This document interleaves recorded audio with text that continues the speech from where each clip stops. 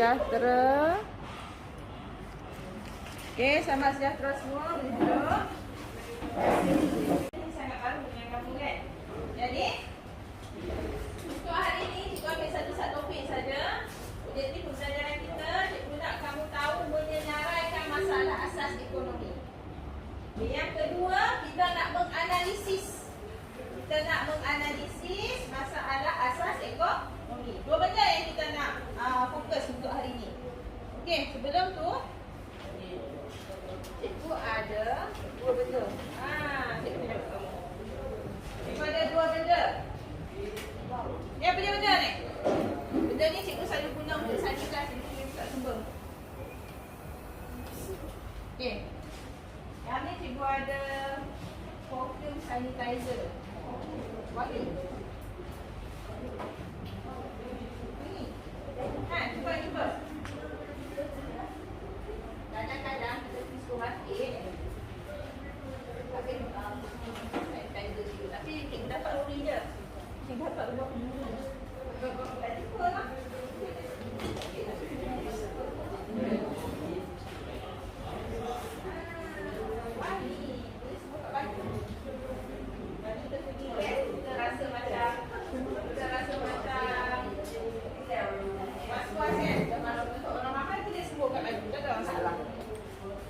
Okey. Ni dua benda ni. Yang mana lebih memerlukan? Biasanya orang beli yang mana? Orang beli yang ni ke yang ni? Yang ni. Kalau yang ni orang beli, orang bawa, boleh carry ke mana-mana tak? Antara yang ni dengan yang ni, mana permintaan ni? Kalau tak wangi pun lah. Yang kecil ni orang selalu minta, habis dia beli. Kalau yang ni cikgu beli sekali je. Dia punya air tu satu tong. Cikgu dah tak order. Cikgu dah tak order lah sebab banyak lagi. Jadi cikgu jual sekali je. Antara ini dengan ini mana menguntungkan? Dalam tengok masa panjang. Yang ni menguntungkan. Kalau cikgu buka kilang untuk mengeluarkan sanitizer ini, yang mana yang cikgu akan keluarkan? Yang pistol ni kan yang biasa? Biasa. Okey, yang biasa. Yang apa kaitan yang cikgu nak kaitkan dengan PDP kita hari ini? Kamu rasa? Apa kita nak belajar hari ini? Kita akan tengok apa? Masalah asas ekonomi. Okey, daripada pistol dengan sanitizer ni kita telah menyelesaikan masalah apa? Ya, satu masalah apa?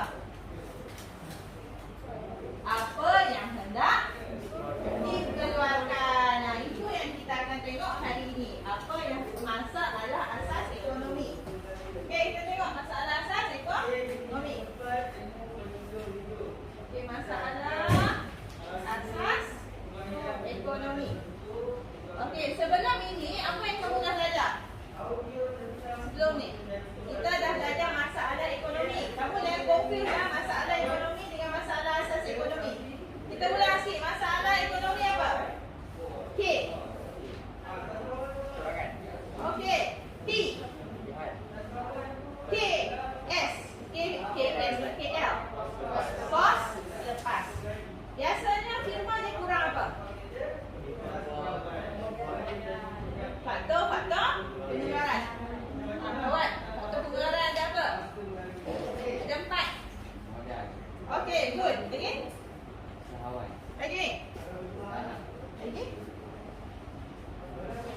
D. Okey, good. Maksud dia ingat. Perbezaan dia memang berbeza. Masalah asas dengan masalah ekonomi berbeza. Selalu pelajar cikgu dia confuse. Dia jawab salah. Dekat masalah asas, dia jawab masalah ekonomi. Dekat masalah ekonomi, dia jawab masalah asas ekonomi. Sekarang ni kamu kena pandai bezakan masalah dengan masalah asas ekonomi. Okay, kita tengok yang seterusnya.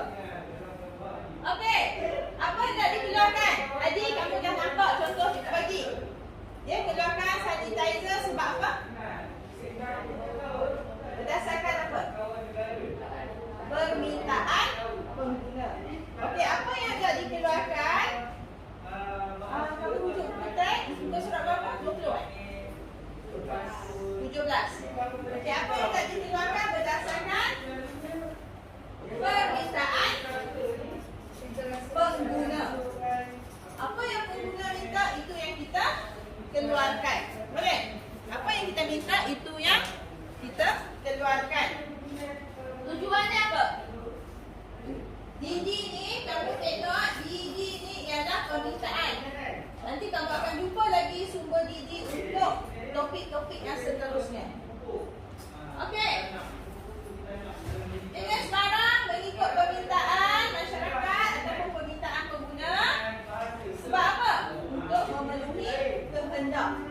Okey, untuk memenuhi kehendak. Lagi itu apa lagi? Itu apa lagi? Kalau kita keluarkan barang yang orang minta, kita dapat mengelakkan apa? Mengelakkan apa? Kalau kita keluarkan barang taklah untuk mengelakkan apa kakak? Ha? Pembaziran, kerugian. Okey, untuk elak pembaziran nak jual kepada individu ataupun kita nak jual dalam kumpulan. Ikut terpulang kepada kita. Okey, setakat ni ada persoalan? Ada soalan boleh tanya?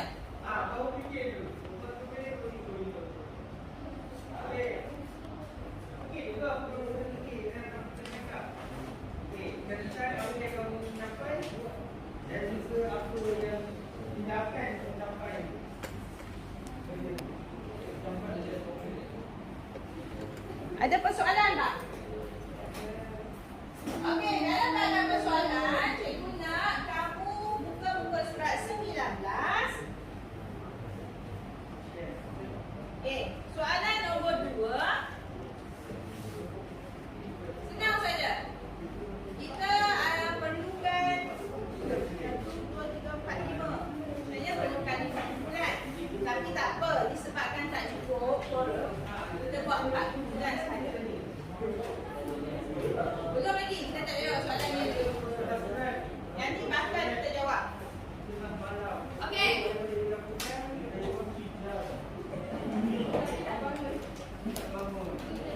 Dah dapat sekarang ni cikgu nak secara berpasangan lah. Pilih pasangan masing-masing. Boleh? Dua, ini 3 orang.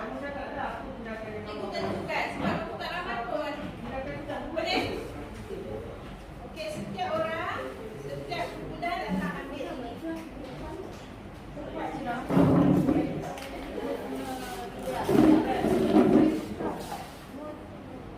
Boleh je, kamu boleh pilih pasangan masing-masing. Ada masalah.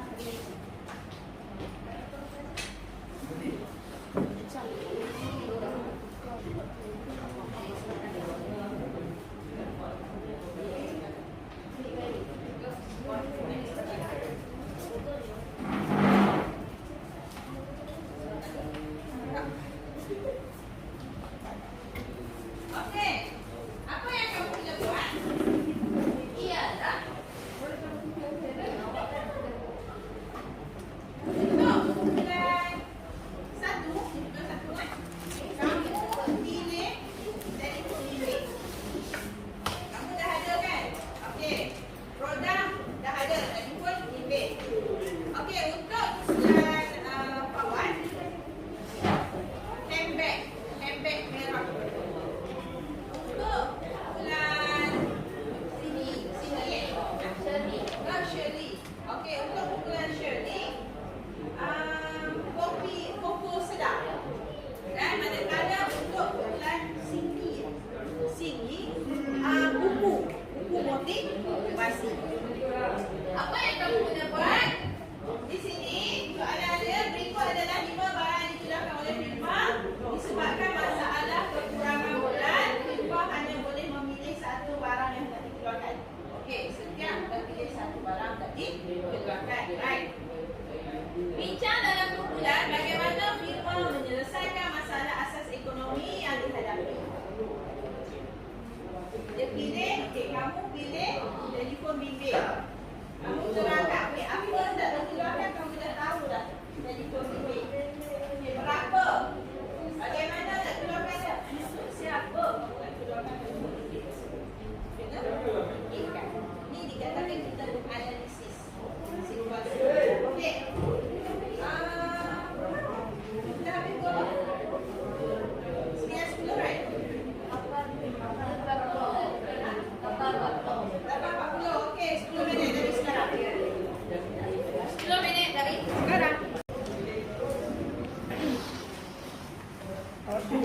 yang nak dikeluarkan. Lepas tu dalam tu baru kunci.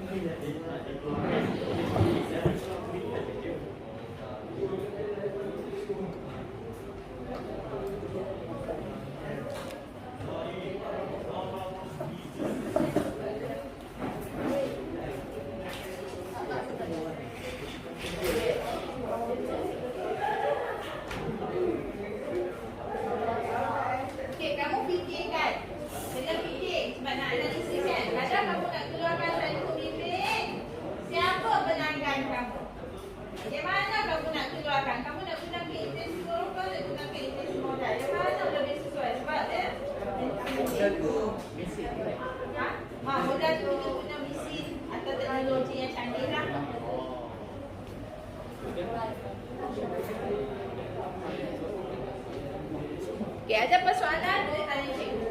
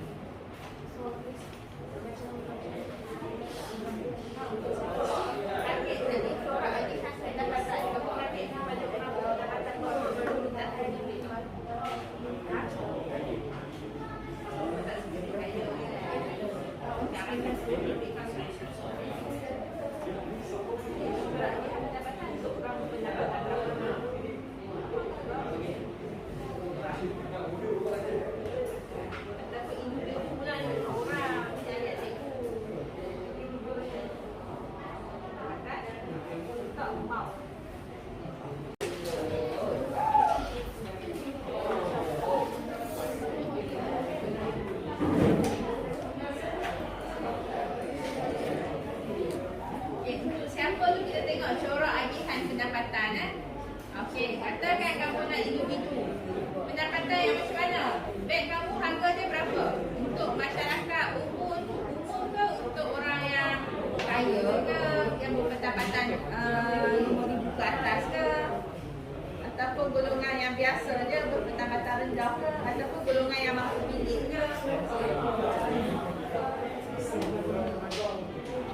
Cikgu ada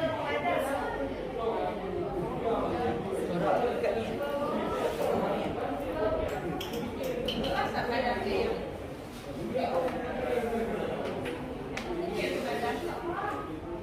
Isi pada yang mungkin tergerak.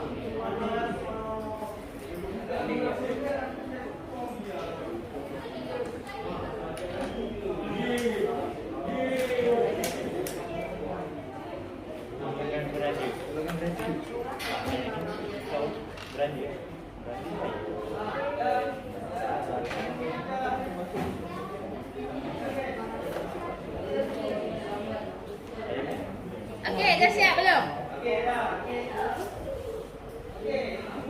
Dah siap?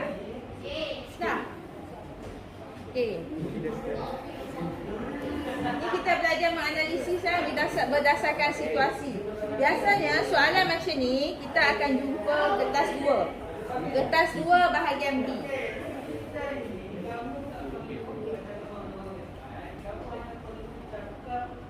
Ada 1,030.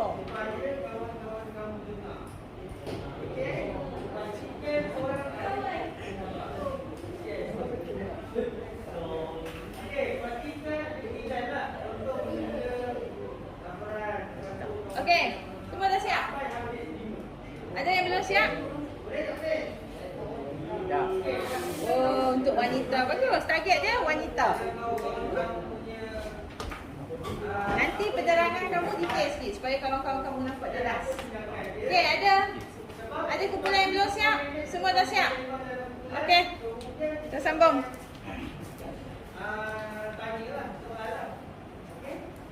Okey, kita mula dengan kumpulan 1. Depan ni pun tak apa.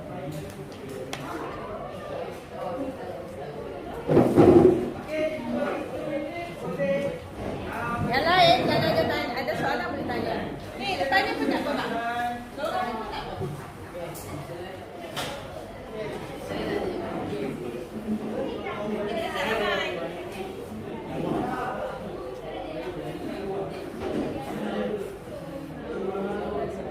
Suara louder.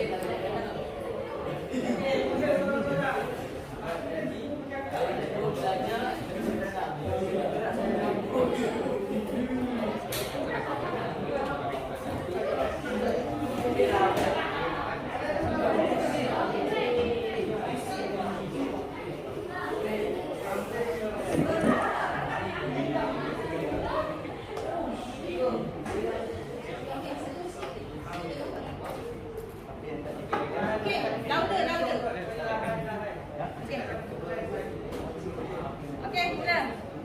Apa yang nak diterangkan kami ialah pemimpin Pembimbing. Kerana Permintaan tinggi. Okey.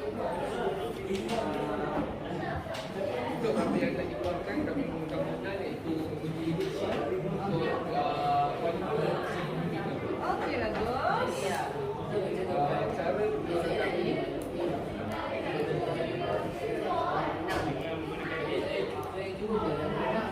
Untuk siapa? bukannya ni Boleh. Ulang balik. Tak ada masalah. kami adalah Ini pembimbing. apa yang nak dikeluarkan kami ialah setiap kali pengeluaran Okey. Target kamu 10,000 lah. Okey, bagaimana? cara memang kami menggunakan cara mudah dan supaya peneliti kami bagus. Okey, lagi untuk siapa? Kami menyasarkan individu yang berpendapatan sebenarnya kerana harga kos ekonomi kami dari 199 hingga 1,299.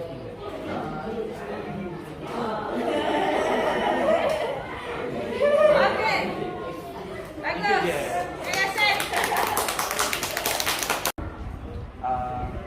Apa yang kami minta keluarkan ialah beg tangan. Beg tangan biasa siapa guna? Wanita, golongan wanita untuk memenuhi kehendak mereka. Maksud supaya dia mudah untuk letak barang, untuk permintaan masyarakat. Kami guna, kami memilih buruh untuk menggunakan kos. Tapi buruh tu kami memilih yang ada kemahiran untuk menjahit beg tangan supaya kualiti beg tangan tu terjamin. Bagus. Sebab tu kami memilih buruh untuk dimakan kos. Seterusnya untuk siapa? Individu, itu golongan wanita. Beg tangan kami ni kami menyasarkan kepada golongan yang berpendapatan tinggi dan sederhana. Harganya ialah 1,000 hingga 3,000. Harga beg tangan? Oh. Okey, bagus. Next. Mahal beg tangan dia, 3,000. Okey. Never mind. Okay, the next group.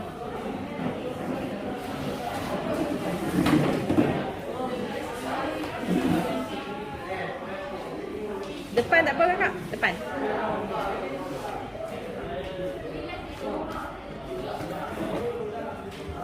Okey, dengar. Barang yang seorang nak keluarkan ialah bungkus sedap.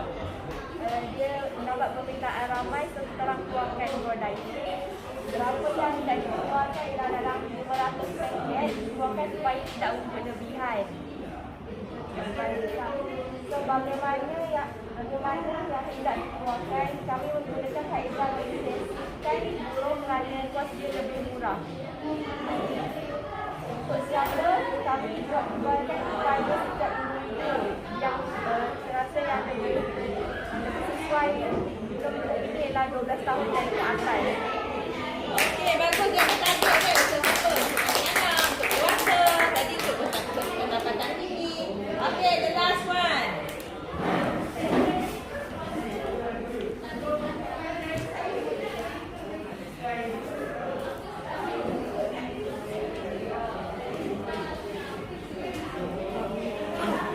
Buat sikit suara lah. Hai, Assalamualaikum. Kami kumpulan 4 telah terangkan pasal buku motivasi diri.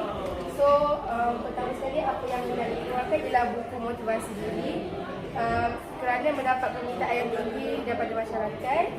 Kedua, berapa yang hendak dikeluarkan. Kita orang keluarkan mengikut permintaan masyarakat untuk elakkan pembaziran, untuk elakkan lebihan atau kekurangan barangan. Bagaimana hendak dikeluarkan? Kita orang menggunakan kaedah berintensifkan modal, iaitu menggunakan mesin cetakan kerana buku tak boleh nak tulis guna tangan. Dan akhir sekali untuk siapa dikeluarkan iaitu corak agihan barangan, kita orang target kepada individu ataupun berkumpulan iaitu ulat buku lah spesifiknya. Okey, bagus. Tengok target dia ulat buku. Kalau tak ulat buku, dia beli tak buku? Tak beli. Okey.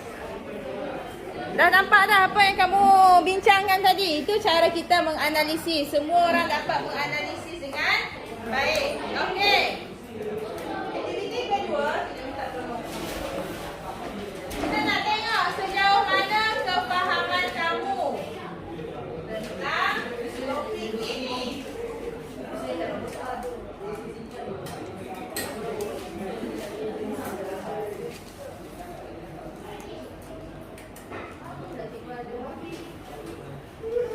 Okey. Cikgu nak kamu baca situasi ini.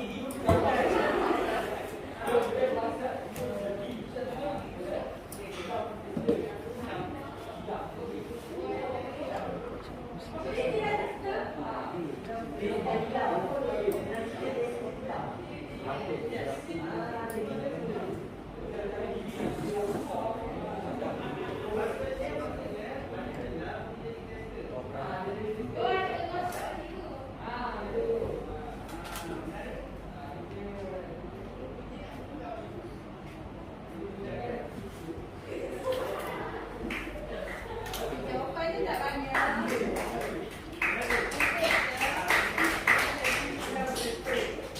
Empat markah je. Asas-asas yang belum diselesaikan oleh khidmat tersebut. Ni pun kamu menganalisis juga.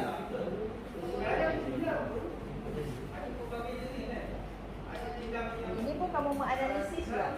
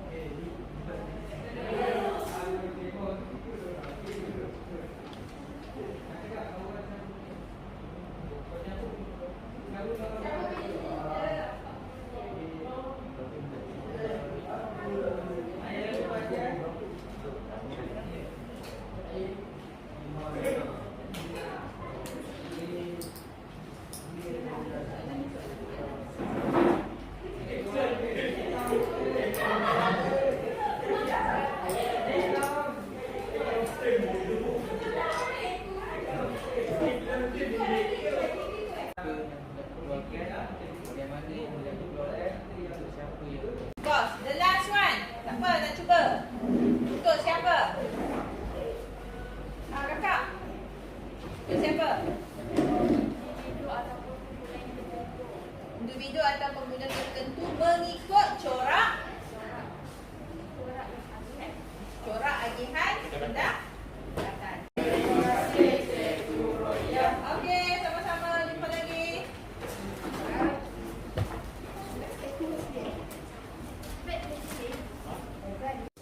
Assalamualaikum warahmatullahi wabarakatuh dan selamat sejahtera. Pada hari ini saya akan membuat refleksi tentang PDPC yang saya laksanakan bersama dengan 10 orang pelajar Al-Farabi. Okey, secara keseluruhannya murid memberi kerjasama dengan baik dalam setiap aktiviti yang dilaksanakan. Okay, melalui aktiviti kumpulan, murid memberi kerjasama, dia membantu di antara satu sama lain, berbincang jawapan. Dan ada juga pelajar yang bertanya kepada grup yang lain. Mereka sangat bertanggungjawab untuk menyelesaikan soalan yang telah diberikan. Selain daripada itu, untuk menguji kefahaman murid, saya telah melakukan aktiviti kuis di mana setiap kumpulan perlu menjawab soalan kuis yang dikemukakan. Di sini saya dapat mengenal pasti murid yang lemah dalam menjawab soalan ataupun yang lemah ataupun yang tidak menguasai topik yang kita pelajari pada hari ini. Apa yang saya lakukan ialah saya cuba menerangkan sekali lagi sehingga murid faham apa yang telah dipelajari. Di samping itu juga saya bantu murid yang tidak menguasai ini dalam menjawab soalan. Saya pandu dia, saya terangkan semula supaya dia lebih memahami. Kerana untuk sarjana ekonomi bagi tingkatan 4, mereka masih baru, tak pernah jumpa masa dia menengah rendah. Jadi ia merupakan subjek yang sangat baru. Dia memerlukan masa untuk menguasainya. Okey, hasil daripada aktiviti yang kita laksanakan atau hasil daripada pembelajaran pada hari ini, murid dapat menyatakan 4 masalah asas ekonomi, dapat menyenaraikan 4 masalah asas ekonomi dan murid dapat menganalisis situasi yang telah diberikan oleh guru. Walau bagaimanapun, didapati murid tidak mempunyai pengetahuan tentang ekonomi. Isunya di sini, apabila murid tidak mengetahui apa-apa tentang ekonomi, ini menyebabkan mereka sukar untuk memahami istilah-istilah ekonomi, perkataan-perkataan yang berkaitan dengan ekonomi. Ini berlaku disebabkan oleh mereka merupakan pelajar baru di tingkatan 4, baru menaiki tingkatan 4, di mana pada masa menengah rendah mereka tidak didedahkan dalam subjek ekonomi. Pengetahuan sedia ada juga sangat sedikit. Mereka ini juga tidak melihat berita ekonomi, tidak mendengar berita-berita ekonomi, dan apa saja tentang ekonomi mereka sukar untuk fahami.